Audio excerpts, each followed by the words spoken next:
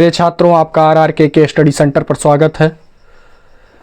ये जो चैनल है ये आपका है। लगातार आप आरआरके के स्टडी सेंटर से जुड़े रहिए। नए नए क्लासें, नए नए वीडियो के साथ, नए नए क्वेश्चन के साथ हम आपको मिलते रहेंगे। आज का जो क्लास है ये कक्षा 10 के त्रिकोणमिति वाले चैप्टर से है। और एक्सरसाइज की अगर बात करें यानी प्रश्नावली की, तो ये पहली प्रश्नावली होगी त्रिकोणमिति की। जो तीसरा नंबर क्वेश्चन है उसको हम लेकर के आए हैं। यदि आप चैनल पे पहली बार आए हैं तो सब्सक्राइब कर दीजिएगा, शेयर कीजिएगा मेरे भैया, कमेंट भी कीजिएगा। देखिए क्या है कि यदि साइन ए बराबर 3/4 हो तो कास और टैन ए, कास ए और किसकी वैल्यू बात किया है भैया, टैन ए की वैल्यू ज्ञात करनी है। ये ध्यान देना भैया। तो पहले हमें एक त्रिभुज बना लेना है।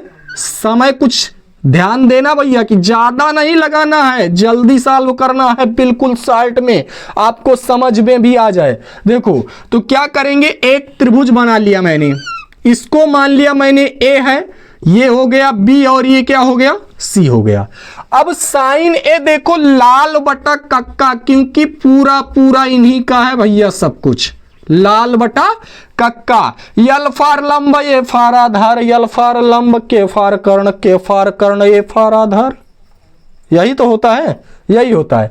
अब देखो यहां पे साइन होता है, मैंने इसके पहले वाली वीडियो में पहले से ही बता रखा है कि sine cos tan cot sec cosec, यही तो जानते हो ना, sine cos tan cot sec cosec. अब देखो यहां पे साइन की बात करेंगे तो साइन ए बराबर क्या होता है भैया, लंब बट्टा कर्ण होता है। तो लंब बट्टा कर्ण होता है, तो लंब क्या है, लंब की बात करेंगे तो क्या हो जाएगा, ये 3 हो गया, और कर्ण की बात करेंगे तो ये क्या होगा, 4 हो गया। देखो भैया तो ये क्या हो जाएगा, त्रिभुज ए बी सी में, ध्यान देना भैया, त्रिभुज ए बी सी में कोण भी तो वैसे समकोण आपको दिख ही रहा है, उसमें कोई दिक्कत नहीं है, परेशानी वाली बात ही नहीं है, कोण भी आपको समकोण दिख ही रहा है। त्रिभुज ए बी सी में आपको रखना है पाइथागोरस परमेयसी, पाइथागोरस परमेयसी। देखो भैया कॉपी कलम नहीं लिए हो तो ले लीजिएगा, बिल्कुल समझ में आएगा। पाइथागोरस परमेयसी क्या होता है भैया, कर्ण स्क्वायर बराबर, ये मंत्र है समझ लीजिएगा, कर्ण स्क्वायर बराबर लंब स्क्वायर प्लस में क्या होता है, आधार स्क्वायर, यही तो होता है। ये बहुत इंपॉर्टेंट है आपके लिए, इसको जरूर तैयार रखना। देखो कर्ण स्क्वायर बराबर लंब स्क्वायर प्लस क्या होता है, आधार स्क्वायर। कर्ण की वैल्यू की बात करेंगे, देखो लेकिन पहले ये आपका क्या है मेरे भैया, ये लंब है, और ये क्या है, वो क्या है, कर्ण है, ये कर्ण है, और ये क्या है भैया, ये आधार है। अगर ऐसी सिचुएशन आई है तो आई काहे है, आएगी, क्वेश्चन हो वैसे है तभी तो आई है। हाँ देखो कर्ण की बात करेंगे तो कर्ण कितना है, AC का स्क्वायर, लिख लो भैया, AC का स्क्वायर बराबर लंब की बात करेंगे तो लंब कितना है भैया, BC का स्क्वायर, ये भी हो गया, प्लस आधार की बात करेंगे तो AB का स्क्वायर, हो गया कि नहीं, हो गया। अब देखो हमें क्या नहीं पता है, आपको कर्ण पता है मेरे भैया, लंब पता है, क्या नहीं पता है, आधार नहीं पता है। तो आधार नहीं पता है तो पता कर लेंगे यार, इसीलिए तो हम खड़े हैं, आप भी तो तैयार हो। देखो क्या हो जाएगा, AC की बात करेंगे तो AC बराबर कितना है, 4, तो लिख लो 4 का स्क्वायर बराबर, BC की बात करेंगे तो 3 का स्क्वायर, प्लस आधार की बात करेंगे यानी AB का स्क्वायर। तो ये 4 का करेंगे तो 4 चौको 16 बराबर 3 त्रिको 9, ये हो गया, प्लस ये हो जाएगा AB का स्क्वायर, यही तो। अब क्या करोगे, इसको पक्षांतर जानते हो ना भैया, तो कर लो, ये 16 - 9 बराबर में ये AB का स्क्वायर, आया कि नहीं आया, आया होगा। अब क्या हो जाएगा, 16 में से कितना माइनस करना है, 9, तो यहां पे कितना बचेगा, 7, यानी AB का स्क्वायर, हो गया ना भैया, हो गया।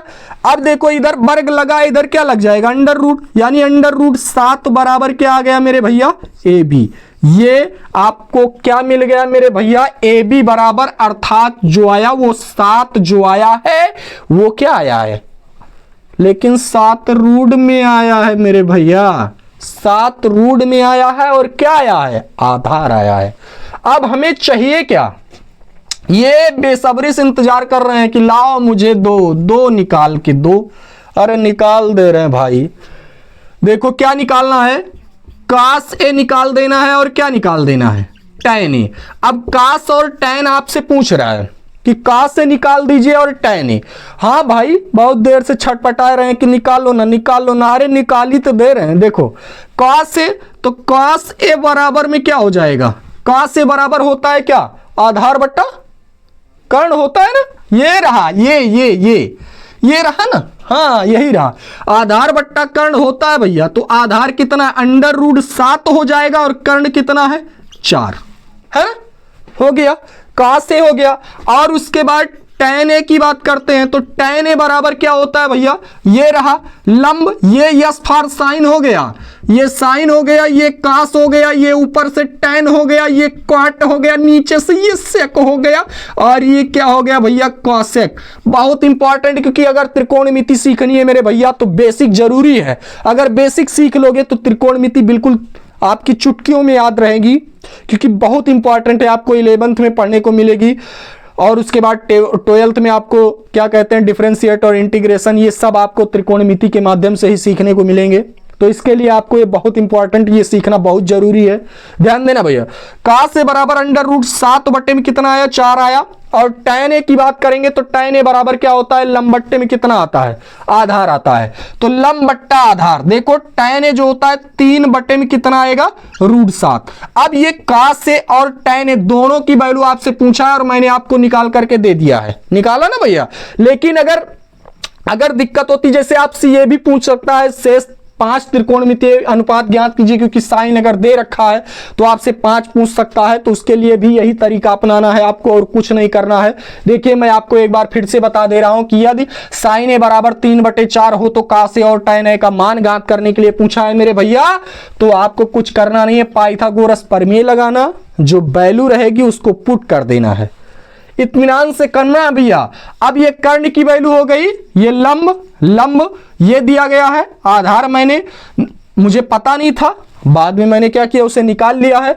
ये 4 चौको 16 होगा, 3 त्रिकोण 9 होगा, AB का स्क्वायर हो गया। 16 में से क्या किया मैंने, 9 क्या किया भैया, माइनस कर दिया, 7 आया। इधर वर्ग था, इधर वर्ग हटेगा तो क्या लग जाएगा, √, लग जाएगा। यानी √7 = कितना आ गया भैया, AB हो गया। अब यहां पे आधार मिल गया तो मैंने क्या किया, लाल बट्टी कक्का के सहारे से, इशारे से मैंने कास से और tan ए की वैल्यू निकाल लिया है भैया। और ये आपका पूरा क्वेश्चन सॉल्व हो गया।